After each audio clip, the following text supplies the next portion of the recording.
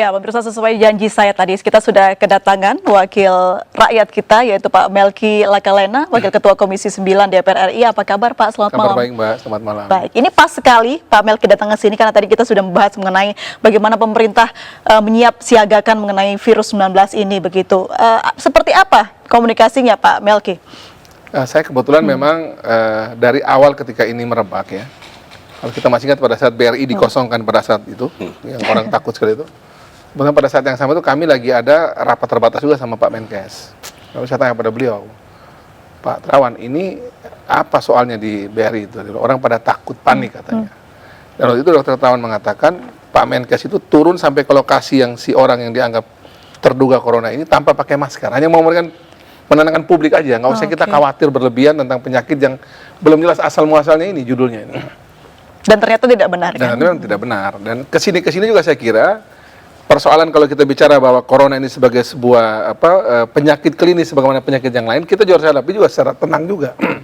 Karena ini penyakit klinis juga yang ada penjelasannya, ada pengobatannya, ada ceritanya yang juga bisa kita jelaskan secara tenang. Nah, saya kira antara persoalan corona itu sendiri sebagai suatu peristiwa, suatu cerita, dengan kepanikan publik tentang corona ini dua hal yang berbeda, tapi kita lebih dominan merespon yang kepanikan ini sebenarnya.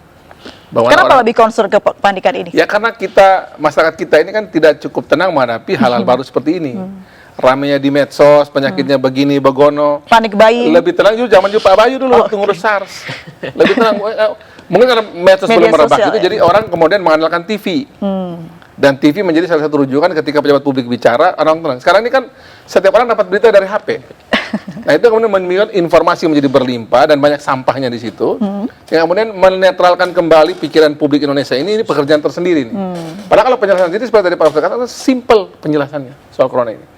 Loh, apa beda corona dengan DBD hari ini? DBD sudah pasti puluhan ribu orang terkena, meninggal sudah ratusan orang. NTT kemarin saya sama Pak Menkes baru kemarin dari NTT, sama-sama virus penyebabnya, sama-sama tidak ada obatnya.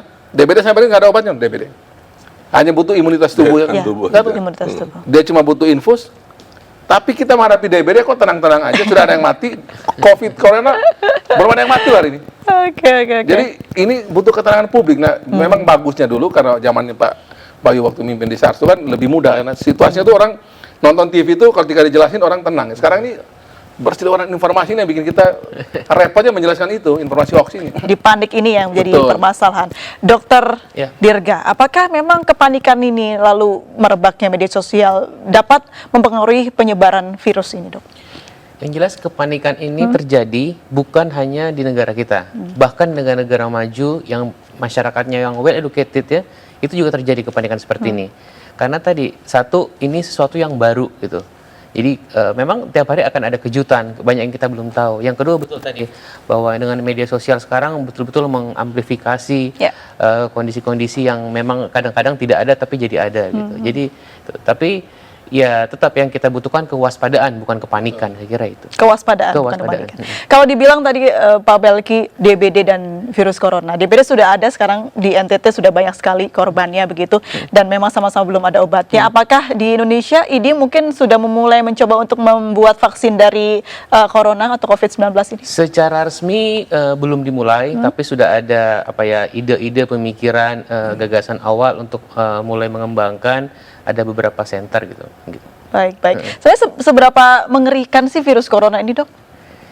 Mengerikan satu tanda petik bagi psikologis karena ini sesuatu yang baru sebetulnya, yang kita belum pernah dengar gitu.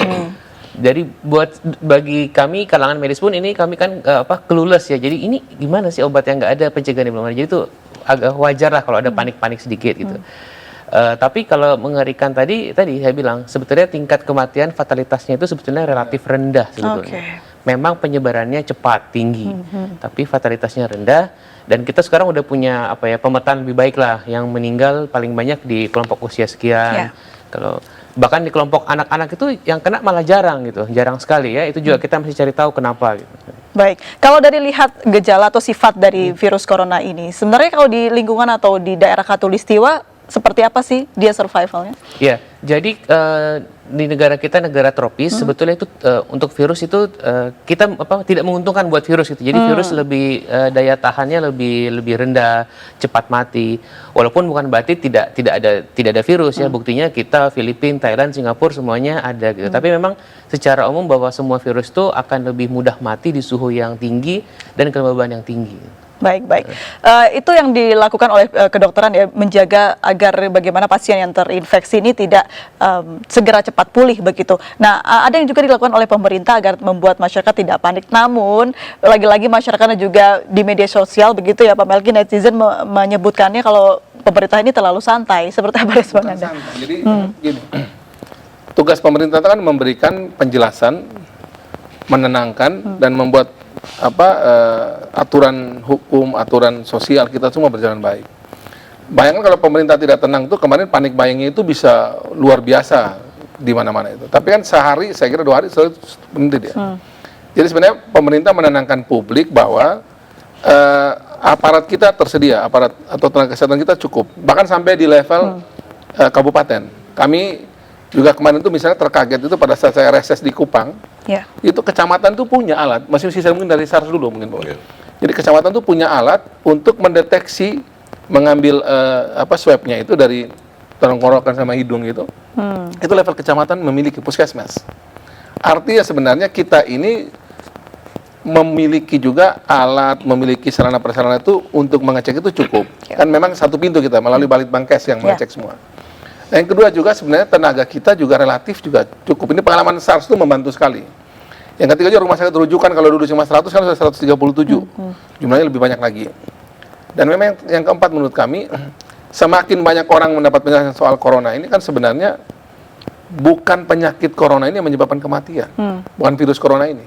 Tapi memang kalau orang itu sudah punya penyakit bawaan sebelumnya, maka tadi mungkin dokter juga mengatakan tadi orang tua itu karena dia udah punya penyakit bawaan sebelumnya yang memang membuat kondisi tubuhnya itu rapuh. Ketika kena corona, ya mempercepat kematian dia. Jadi virus ini menyerang penyakit itu ya dok ya? Iya, jadi maksudnya kalau sebelumnya seseorang sudah punya penyakit, penyakit lain, sakit gula, sakit darah tinggi, lalu kena corona, memang kemungkinan untuk meninggalnya lebih tinggi. Jadi kalau misalnya kena di kita, misal saya kena corona, dokter kena corona, Pak Bayu kena corona, ya kena aja, tapi tidak meninggal. Karena ada juga yang orang kena corona itu gejalanya kayak kita yang sehat ini, nggak ada gejala apa-apa. Jadi yang sekarang 19 orang itu, kebetulan karena kami juga komunikasi hampir tiap hari dengan Pak Dirutnya, Pak Saril itu ya kondisi tubuhnya juga ada yang memang sehat seperti biasa, tidak ada gejala klinis yang menunjukkan bahwa dia misalnya seperti yang kita lihat. Tidak juga semua model begitu. Demam batuk pilek, kemudian sakit tenggorokan, tidak semua model begitu juga. Kalau dia sehat betul ya kita membawa virus corona tapi ya kita sehat. Nah, cuma ketika kita membawa virus corona itu berdasarkan kalau kita bersentuhan sama orang yang lagi sakitnya, lagi kondisi badan lagi sakit, kita sih membawa nih, tapi kita sehat nih, tidak ada kita kena tapi kita tidak sakit.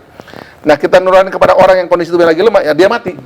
Betul ya dok, kayak seperti itu? Kurang lebih itu, demikian. Ya. Baik, berarti memang stay healthy dan juga jaga imunitas tubuh adalah kunci yang utama. Pak Bayu, Anda sebagai yang punya pengalaman untuk menangani SARS dan juga penyakit-penyakit sebelumnya, yang mana sudah Anda lakukan dan berhasil begitu ya Pak Bayu ya, apa catatan yang mungkin bisa dilakukan pemerintah begitu? Jadi pertama sekali lagi, kita belum pernah mengalami situasi seperti corona ini karena tadi amplifikasi dari sosial media dan informasi. Jadi menurut saya harus ada porsi yang cukup besar menangani bidang itu, gitu ya. Oleh sebab itu maka saya sudah mengusulkan ini beberapa kali dan sudah saya sampaikan pada pemerintah juga. Pertama, segeralah tunjuk otoritas. Betul, satu pintu dan itu sekarang sudah dilakukan. Yang kedua, melekat pada otoritas ini adalah otoritas informasi. Kita menjadi jauh lebih urgen ini karena yang nggak bisa dibendung ada dari informasi dari manapun, tapi yang di Indonesia yang otoritatif ini gitu. Namun catatan tambahan dari yang sekarang kalau menurut saya adalah libatkanlah para ahli. Karena Pak Melki ini tadi ngomong dengan sangat baik ya, tapi beliau bukan ahlinya. Gitu. Pak Melki bisa menjadi jubir, tetapi kalau didampingi misalnya 9, 10, 20 dokter, profesor di belakangnya memberikan masukan. Dan itu pada tahap-tahap awal begini, ini intens sekali, itu 24 jam on call mereka itu. Karena tidak tahu. Jadi yang ya kita akan menggunakan pengetahuan yang paling tersedia gitu. Itu menurut saya yang sangat penting. Buatlah segera panel ahli, dampingi si jubir ini untuk menjelaskan berbagai hal. Dan yang keempat, kalau setelah itu segera fasilitasi riset. Tadi Anda sendiri sudah menanyakan, apa kita ada niatan membuat vaksin.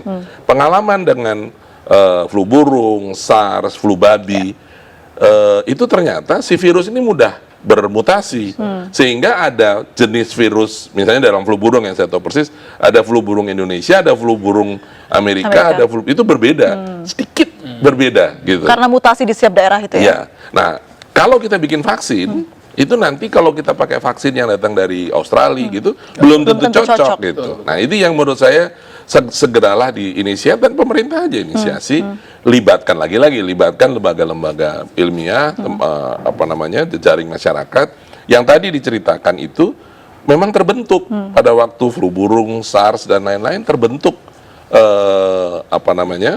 teman-teman di daerah mulai dari NGO, perguruan tinggi, para peneliti yang kemudian bersama-sama gitu menggalang kekuatan untuk menghadapi ini. Dan terakhir, saya kira karena dampak dari corona ini sudah melebar, dan itu yang menurut saya sebentar lagi akan mungkin jauh lebih serius gitu ya. Kita akan menghadapi Lebaran, menghadapi Ramadan, orang mudik ya dan sebagainya. Ini menurut saya harus segera juga disiapkan. Catatan saya kira belajar dari Cina, belajar dari Jepang dan lain-lain.